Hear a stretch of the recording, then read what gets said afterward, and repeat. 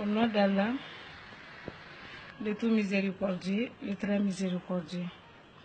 Louange à Allah, Seigneur de l'univers. Je me suffis d'Allah, et c'est le meilleur défenseur, et il n'est ni force ni puissance que par Allah, le haut, l'immense. Nous rendons grâce à Allah, le Tout-Puissant, qui nous a honorés avec l'islam. Que les prières et salutations soient sur notre noble prophète Muhammad alayhi salam, qui a enseigné aux humains la meilleure façon de vivre notre religion, ainsi qu'à sa famille et ses compagnons. Chers frères et sœurs en islam, assalamu alaikum wa rahmatullahi wa barakatuh. Aujourd'hui, vous avez devant vous votre fille, votre sœur en islam, Amina Ousmane Aïdara depuis Bamako. Je vais vous faire un rappel sur le jeûne. Comme vous le savez tous, nous sommes dans le mois de Ramadan. Nous sommes dans le mois béni de Ramadan, donc j'ai un rappel pour vous, chers frères et sœurs, et ce rappel n'est rien d'autre que dans quelle situation est-on autorisé à ne pas jeûner? Dans quelle situation est-on autorisé à ne pas jeûner? Les situations qui dispensent de jeûner ou qui autorisent l'interruption du jeûne durant le mois de Ramadan sont, premièrement, le voyage. Celui qui voyage pendant le mois de Ramadan pour une durée inférieure à 15 jours et à une distance minimum de 80 km peut ne pas jeûner dans cette situation, mais il est préférable de jeûner. Deuxièmement, c'est la maladie. Celui qui craint des effets néfastes sur la santé ou bien celui qui est malade et craint un allongement du délai de guérison peut ne pas jeûner. Dans ce cas précis, il peut interrompre le jeûne entamé. Dans les cas où la personne effectue le jeûne, celle-ci peut consulter un médecin pour indiquer l'influence de la maladie.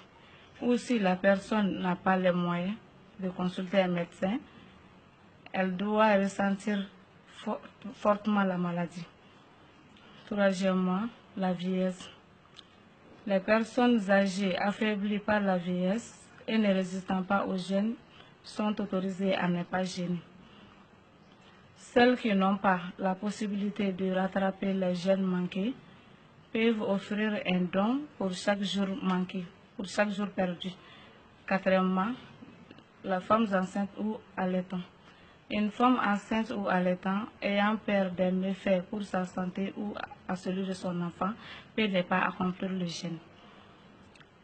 Cinquièmement, période des règles ou de lochi.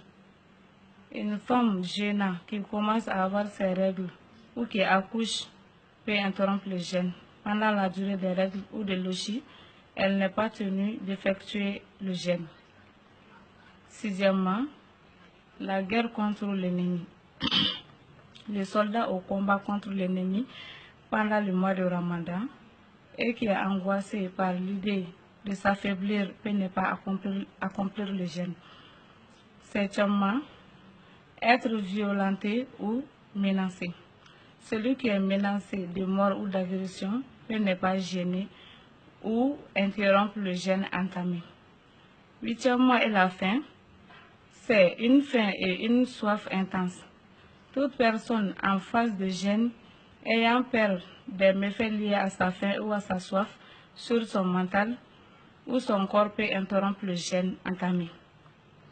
Chers frères et sœurs en islam, en faisant une analyse finale, nous constatons que l'islam est une religion de facilité, comme Allah le Haut l'a établi dans le Saint-Coran. Dieu vous veut l'aisance et facilité, et ne vous veut pas de gêne.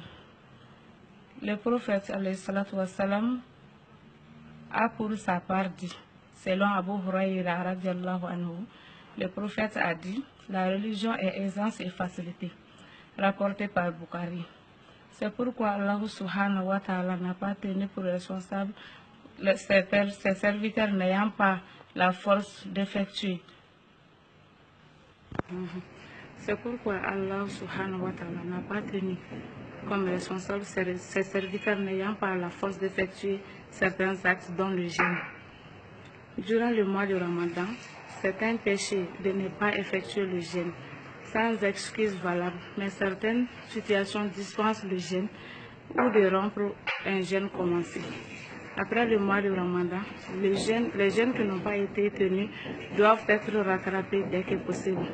Qu'Allah nous facilite la compréhension de notre belle religion et qu'il nous pardonne nos péchés, passés et futurs, et qu'Allah subhanahu wa ta'ala accepte nos prières et nos jeûnes dans ces mois bénis de Ramadan.